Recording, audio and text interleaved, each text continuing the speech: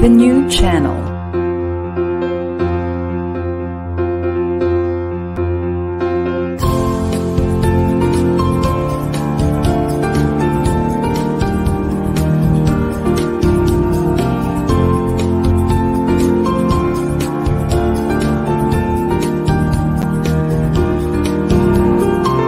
The new channel. Hashtag TNC Now.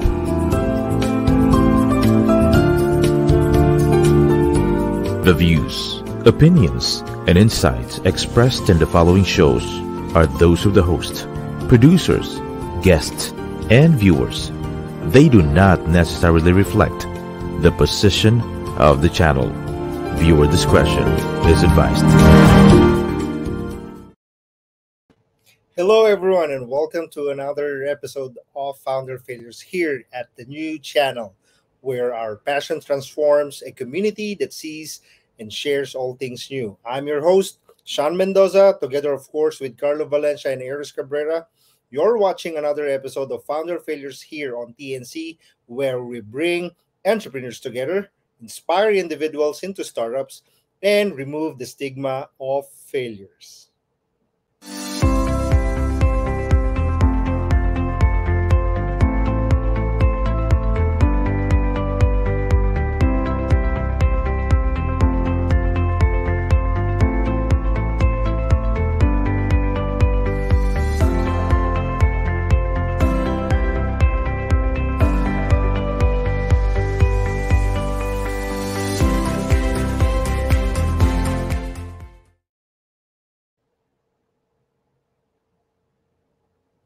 Yeah, welcome back, everyone. Hi. So tonight we have a special guest all the way from Rizal. So of course, without further ado, I would like to introduce our guest for tonight, Sir Christian. Hello, Sir Christian. Hi. Hi, good evening. Thank you for inviting Kamusta? me here. Of Yeah, course. I'm very grateful. Sa wakas, sir, Oh, napag-usap ulit tayo. sa wakas, it's finally kasi last time, I think we're trying to connect with you, and then I believe your Yeah, hands are oo. full, So, but at least now tonight, I'm very thankful that you were able to grant us your time, or grace us your valuable time tonight. So, Sir Christian, why don't you introduce yourself Yeah, oo. for the meantime? Thank you, TC, and also Founders Failure for inviting me here. My name is Christian John Riliera, so I'm the founder and CEO of DNA Solution. So I'm residing here in Rizal. I have three kids. Yan. So we are also building an impactful community here of Startup Rizal. So hopefully that we will be having a great ecosystem of Rizal founders here soon. So yun. A lot of my doings are in the company. So I've a lot of plates also and a lot of hats that I'm handling. So, but of course, other than that, I'm happy to share actually to my experience and also my failures. Yan, yung mga ano natin. So, I'm very grateful nga kasi nandiyan si Sir Sean na invited me here. Thank you, Sir Christian, Chief Christian. Of course, speaking of startups, kagaya na sinabi ni Sir Christian kanina, of course, the show is all about inspiring startup enthusiasts, especially those who are into startups already, and then those who are aspiring to be into startups. But of course, bago natin talakayin ang buhay ni Sir Christian as a startup founder, we would like to, of course, ask Sir Christian. Sir Christian, how did you, what's your background, and how did you ended as a founder of DNA Solutions? First, of course, when I graduated in my college, syempre naging employee din ako. So, I started, actually, my course was an IT professional or IT or information technology. So, I took up BS Information Technology in UE. So, I graduated there. I graduated last 2013. Then after graduation, actually before graduation, I was hired in DOH Calabarzon. So as an IT or developer and IT staff. Then after my contract in DOH, I also work in PLDT as a network repair specialist. So I handled alpha accounts, yung mga corporate accounts of PLDT. Then afterwards, I resigned there because yun nga, I want to have a greener pasture, and as an IT professional, I want to know more. Yan, kasi information technology, no? So dapat alam mo lahat. Yes, Yan yung yes. ano ko eh, yan yung mindset ko na before eh. And then I applied in Sea Oil Philippines, so as a hardware specialist. But eventually, I was hired as a software quality engineer because of my experience sa software. Then dun na nag-grow na ano, na parang nakita ko na, uy, iba iba yung ano, yung career path ko na ano, or parang career growth ko dito sa company na to. So I take advantage. So I excel. Yun, 5 months 5 months nung ano na hire ako, I was promoted as business analyst. So IT business analyst. Then 2014 I was hired in Sea Oil. 2016 I was promoted as a PMO. Doon na-handle ko talaga yung from end to end ng mga projects. Actually, I was the first na ano, nag-build kami ng new department, which is the PMO office. We also handled yung mga non-IT, so process management, building management, and also mga research, yan yung mga ganyan na project ni Sea Oil before. Eventually I resigned in 2017 because I need parang nakita ko na opportunity na to start a business. So Uh, 2017 I started the business na. Ano pa ako noon, ano pa ako, employee pa ako ni Sea Oil noon. Then nakita ko yung opportunity na, oh, pwede pala akong gumawa ng isang company or business na pwede akong mag-hire ng mga freelancers. So yun na yung naging perspective ko. right. Then ako yung tumayong parang sales na ako yung kakausap ng mga clients, tapos ganyan Uh, papasok sa mga ano. So ginagamit ko talaga yung ano, yung learnings ko na doon sa corporate na ganito pala yung ano, ganito pala yung mag-start na ng business. So eventually I was able to have projects. Yan. Then I resigned in Sea Oil. So lakasan na ah, lang ng loob. Pero kasi I saw the opportunity na eh. So nag-resign ako actually May noon, then ikakasal ako ng July.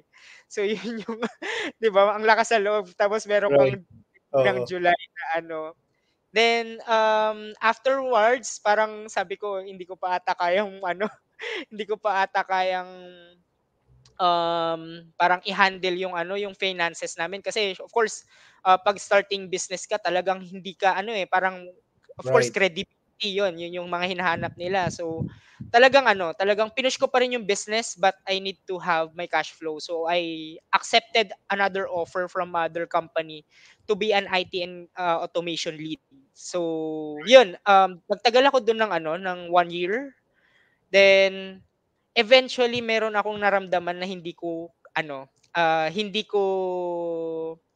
inaasahan. So Right. like Right. 'yun.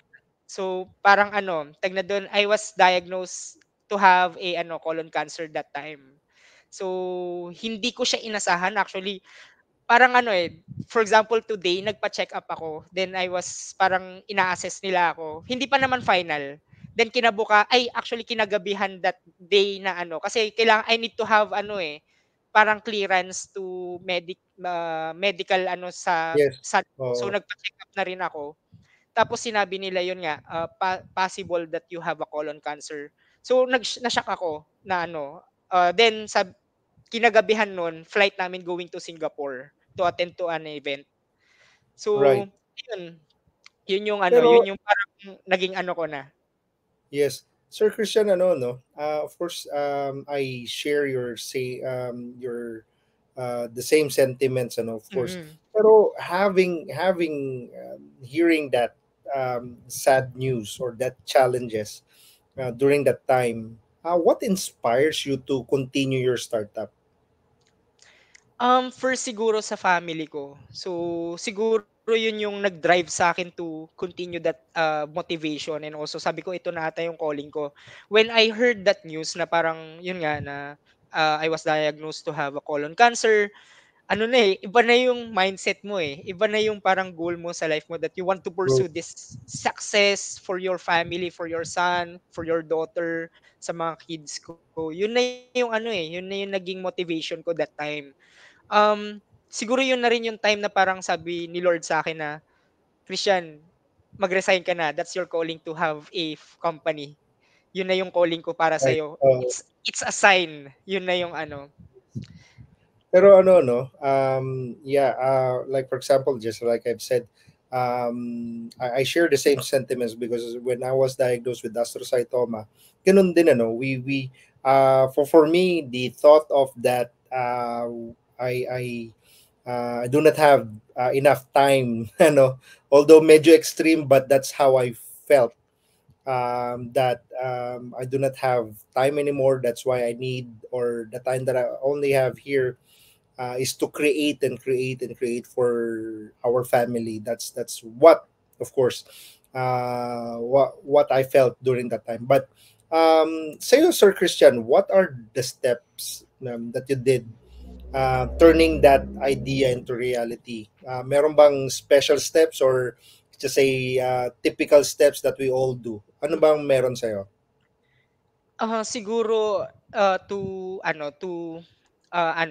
detailed out yung ginawa ko. I really need to talagang nag-pray hard ako, Sir Shan. Sobrang I really really tag na dun nung nalaman ko na ganun yung nangyari sa akin, na yun na-diagnose ako as colon cancer. Then afterwards, parang yun nga nung sinabi na sa akin na it's a dead cancer cell, yung dun ako na parang na-motivate ako to persevere on that kind of task, calling.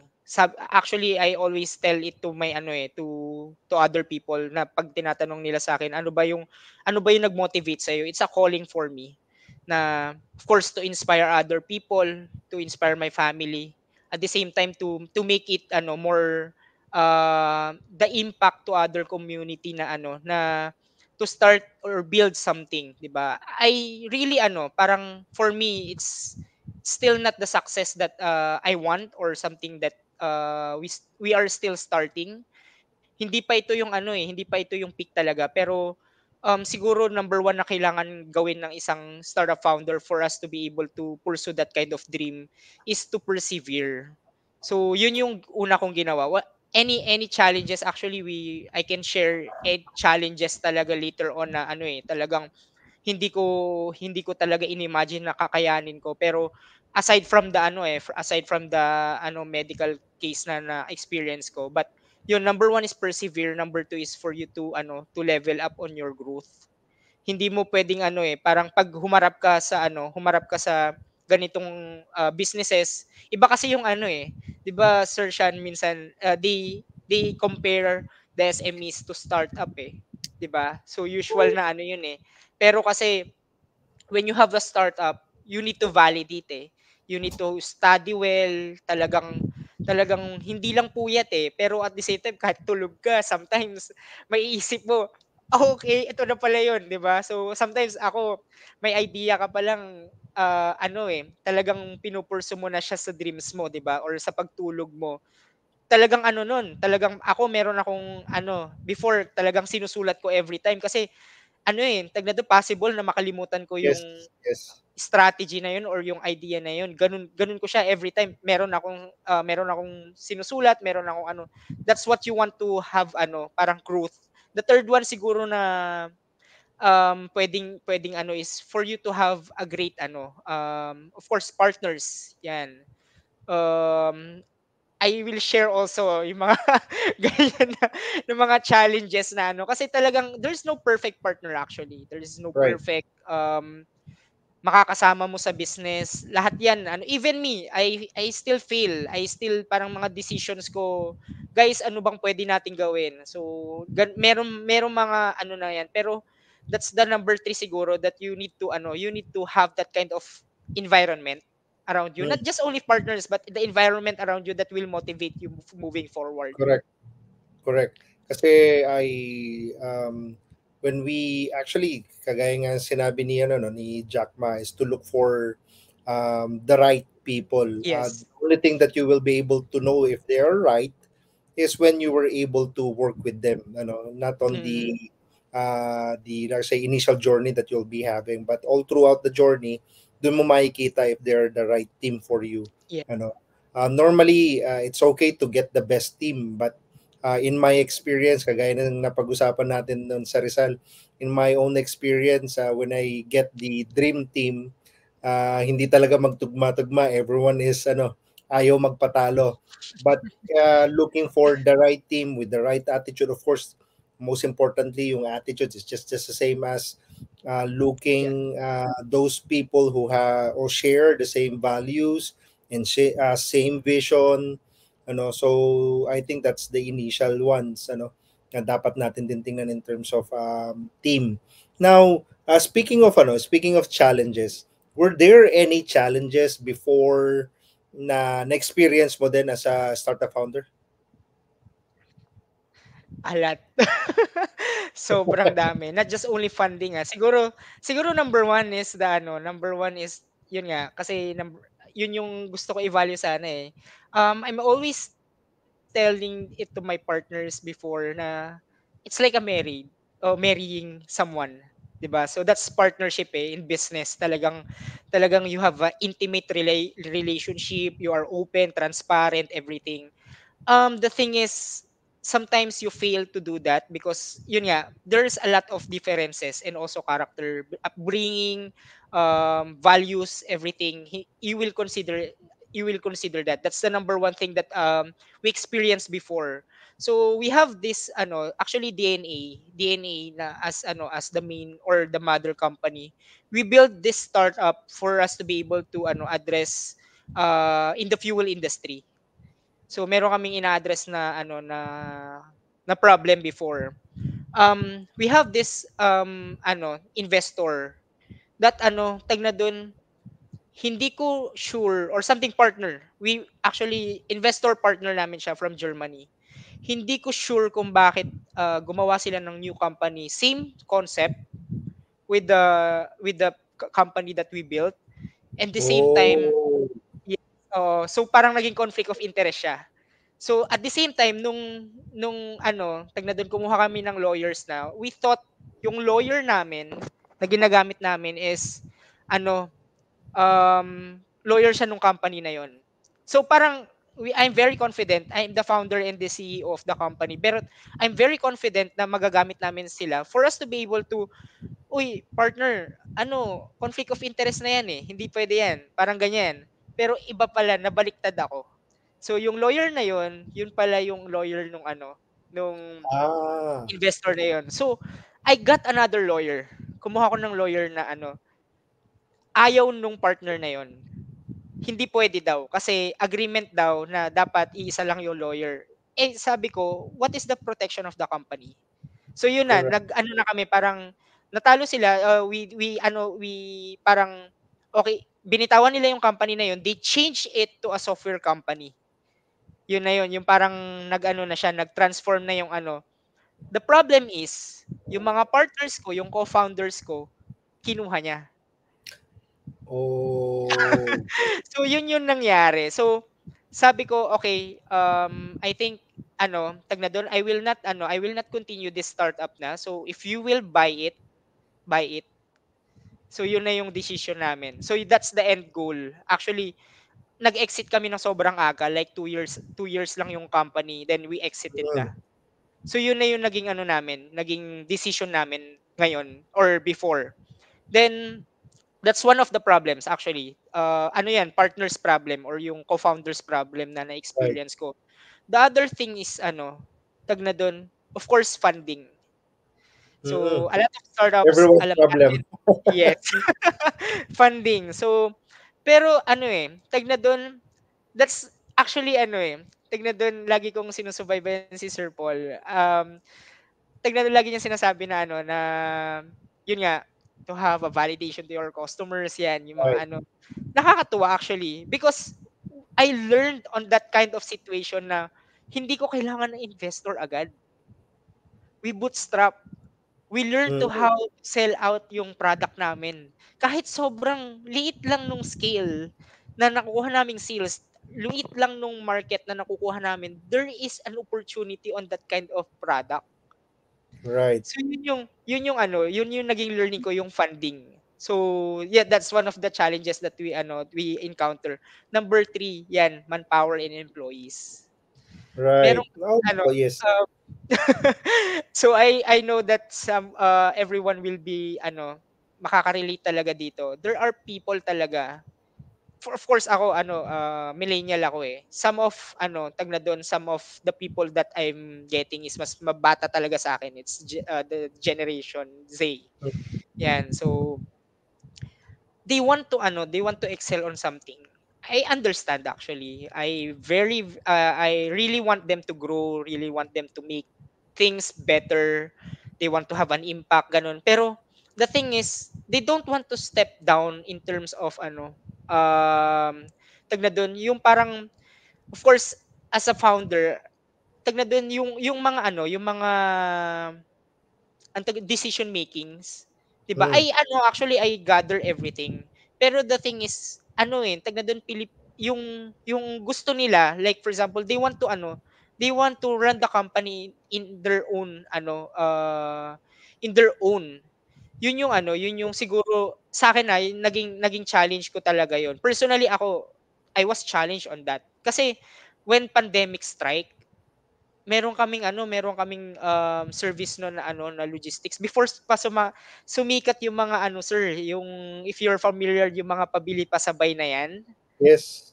Oo, ayan, na namin, na-saturate namin yung yung service dito sa Rizal and Cavite. Ang tawag namin is grocers. Yun yung Right. Oo. service namin noon from under the company that we have. Siya, tag na doon. Actually, we are the one who is, if you're familiar with SM call to deliver. Mm. Yan, I'm Mm. very proud Yes. kasi yun, kami yung nagsimula nun. Kami yung platform ni Call to Deliver nun na SM. So, yun yung parang nung naka-create na sila ng platform nila, so nagsarili na sila. Pero we are very proud that when pandemic strike 2020 to 2021 noon na kami yung ang hinire namin actually, Sir Sean, mga jeepney drivers. 'Di ba yan yung mga nawalan ng Right. trabaho before? Yan. Sobrang I compared them. Sobrang na-compare ko sila kasi yung mga ganitong yung generation na yon, then yung itong mga hindi naman natin masasabi na parang kasi they earn din naman talaga. Si mga jeepney drivers yan, yung mga drivers, yung mga taxi drivers na yan, na-compare ko sila. That's what na-challenge ako because itong mga jeepney drivers na to, they excel on something that they are doing. Mm. At the same time, itong mga Gen Z na to or something, yung mga younger generation with us, nag-excel sila. Pero the thing is, hindi nila tinatapos yung gusto nilang gawin or something parang Correct. na yun yung na-challenge ako. So, ah, ewan ko, I really struggle on that kind of situation. So yun. Actually, that's the three challenges that siguro share ko Oh, na sobrang sobrang na-challenge talaga ako. right. Kasi I again, with during that time also we did with my previous startup, we did also the similar thing here in Batangas. Mm, Yung delivery app, especially during mm, the pandemic. Now, one challenge naman namin that time was actually ganun din, dun sa generation of manpower. Yung iba parang sometimes I do also join the deliveries. Pag mm, kulang na riders, kulang ang manpower, so I actually go there and then deliver the goods na has been ordered. mm, Of course, that's no. One of the lessons that we need to take note of, especially on the future operation. So marami rin ako natutunan doon. Now, speaking of lessons learned, during those challenges, ano naman Chief Christian, yung natutunan mong lessons? siguro dun sa partner, sir, number one is ano, that's one of the greatest learning that I've learned talaga. So experience ko as a startup founder is for you to ano, not just only, of course you need to trust someone, pero of course you need to ano, to have like a really ano, yung parang protection. 'Di ba? Mm. So, talagang ano, talagang ako learning sa akin 'yun, experience ko 'yun na ano na when you have that kind of partnership, you need to ano, you need to evaluate, you need to hindi ano even family members or kaibigan mo na or you know someone you know na parang sobrang tagal niyo na magkakilala, hindi siya ano eh, hindi pa rin siya fit to for you to have that kind of partnership.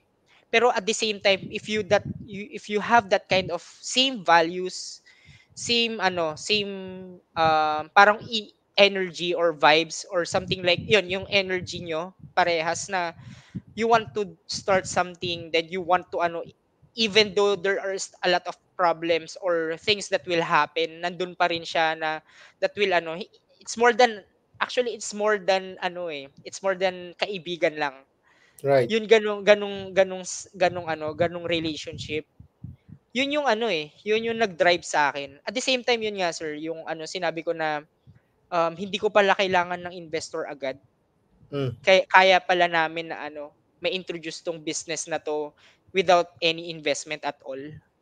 So, siguro some of the startups, they are really eager to have funding yan. They are joining a lot of ano, a lot of competitions and pitching competitions to for them to be able to show or showcase their startup. Pero I learned na ano, tag na doon sa ano eh, isa to sa mga naging learning ko kay, if you're familiar with Sir Steve C, yung may-ari ng ano ng Great Deals. Mm.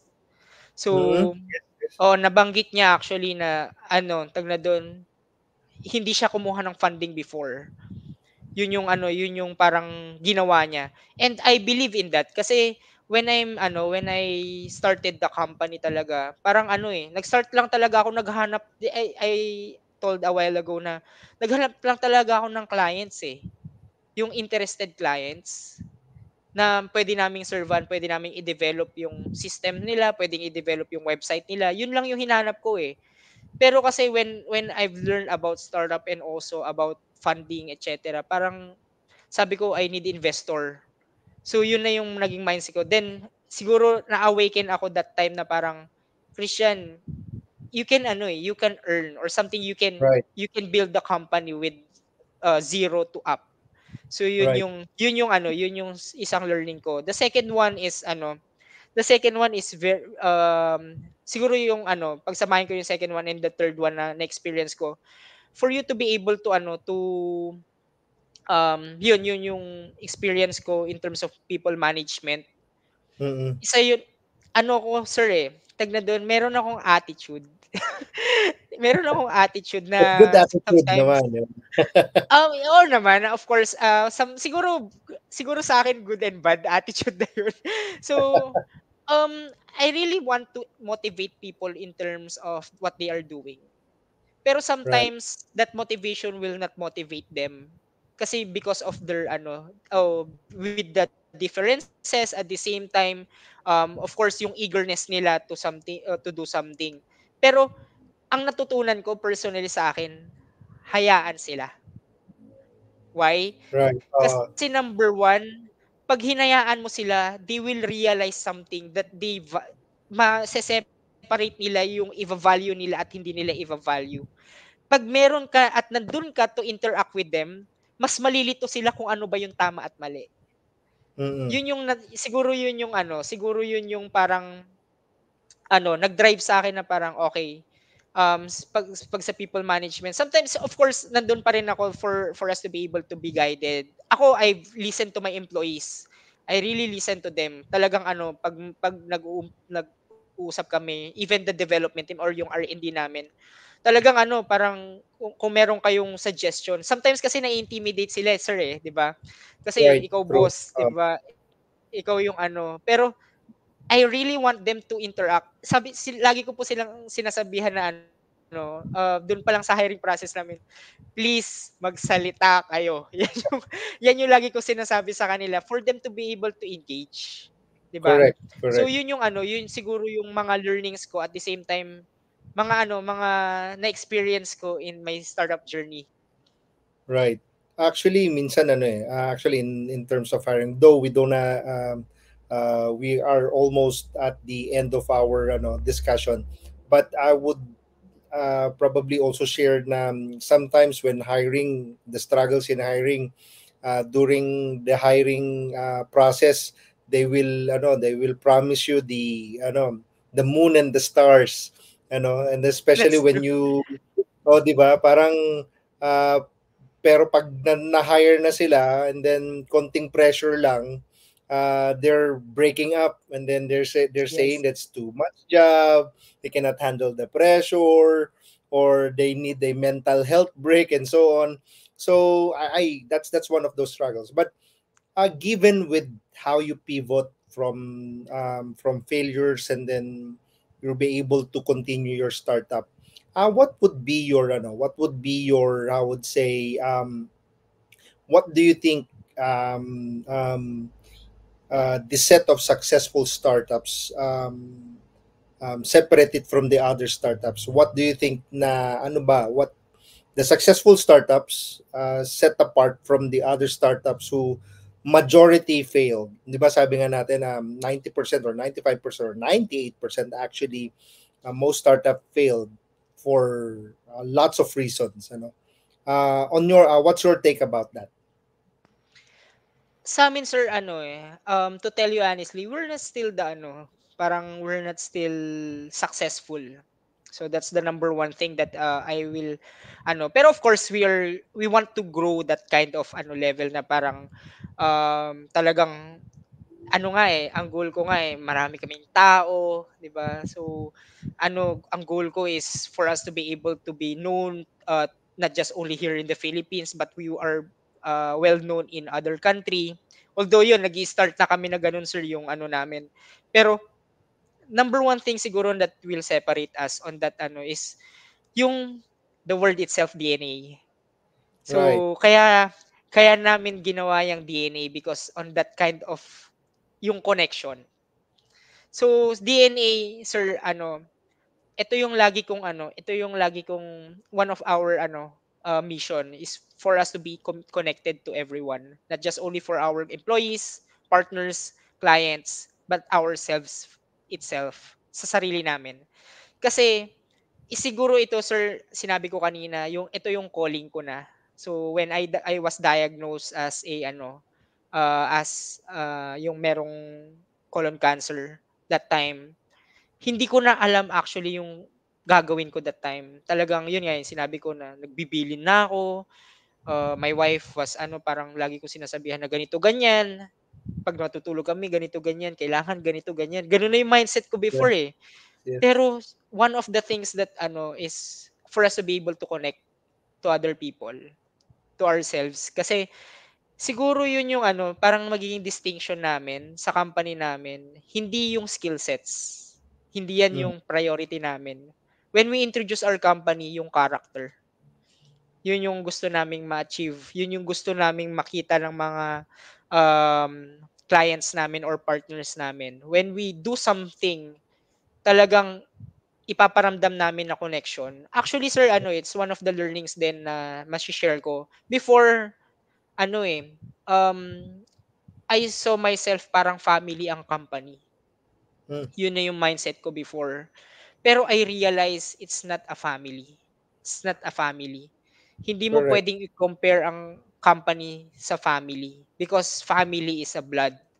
And company is you will learn, of course you will learn to your family, pero iba yung learnings mo na makukuha mo sa co-worker mo, sa partner mo, sa mga ano co-founders mo, sa board nyo, 'di ba? Pag nagmi-meeting kayo, yung Right, decision making, 'di ba? Iba yung skill sets na yun eh. Iba yung timpla ng ano ng learning na yun. So that's I've actually lately ko lang na siya natutunan. This year lang actually na natutunan ko that kind of ano values na yun yung kailangan nating connection when we have pag nandito tayo sa loob ng company. Sabi ko nga sa kanila eh, pag nasa labas tayo, pwede nyo akong tropahin, pwede tayong magkakaibigan. Pero Mhm. inside the company, we have the professionalism, Right. yan. Work is work. We have that kind, yes. Meron tayong ginugol, 'di ba? Meron tayong gustong i-achieve and yun yung gusto kong makita nyo. That's why we have that kind of DNA. 'Di ba? Iisa lang tayo ng DNA. Iisa lang tayo ng Correct. galaw, iisa lang tayo ng vision, 'di ba? So, yun yung ano, talagang alam niyo sir, this is my first company, DNA. When I started to 2017, I still continue it till now. Ilang years na kami. Pero 6 years, yan. Mm. Pero I want to see this company grow more than 100 years. Yun yung navi-visualize ko. Kahit wala na ako, there is a DNA. Kahit ano, what I mean, kahit hindi ako yung nagmamanage na or kung ano man yung magiging plans in the future, kung ano man yung will ni Lord na mangyari, merong DNA talaga na makikilala si DNA not because of the accomplishments niya ng mga projects. Of course, nandiyan yung secondary siguro yon. Pero the number one thing is yung connection namin with people. Ayun po. Right. Wow. Well, marami ako natutunan sa'yo. No? Of course, one of the things that I've learned through your story, inspiring story, is though you have that medical condition, you were able to pursue your startup, especially with with all of the roller coaster that happened um, throughout your startup journey. You were still able to make your DNA solution standing, right now, to provide the services that you want to give sa customers nyo. Now, one of the things that I medyo I connected with you is that the you have to have that connection, that DNA, not only with the customers but also with your employees. Kasi without that culture that we are trying to hone within the company, and then para gumalaw tayo as one, to make things work. Of course, the company will. We cannot see DNA right now, So that's one of the inspiring things that natutunan ko sa and that I've heard those inspiring news, inspiring things that I believe that yung viewers natin right now will share the same thing, and then I'm very sure that they got inspired from your stories. Now, Sir Christian, I know that dami pa natin dapat Yeah. pag-usapan. Medyo bitin, but we're running out of time. Why don't you invite everyone, especially your followers from DNA Solutions?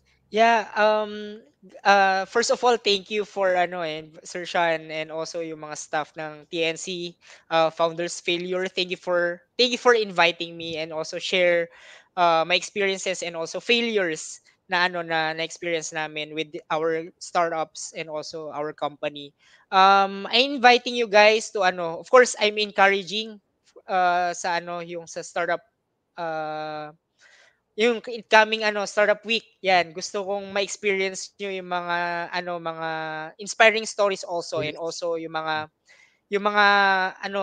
gustong maging startup founders. I'm inviting you to join the startup week because when I started this company, talagang pa yon, slingshot pa yon, Sir Sean. It's 2017 ata noon. I think yun yung yung parang nag-inspire talaga sa akin to pursue this journey. And also I inviting yung mga inspiring startup founders ng Rizal, yan. So we are building Startup Rizal. I hope that you will join us this community. We will make sure that that it will be fun and also a lot of learning. Startups is not just only a business, but of course it's a connection.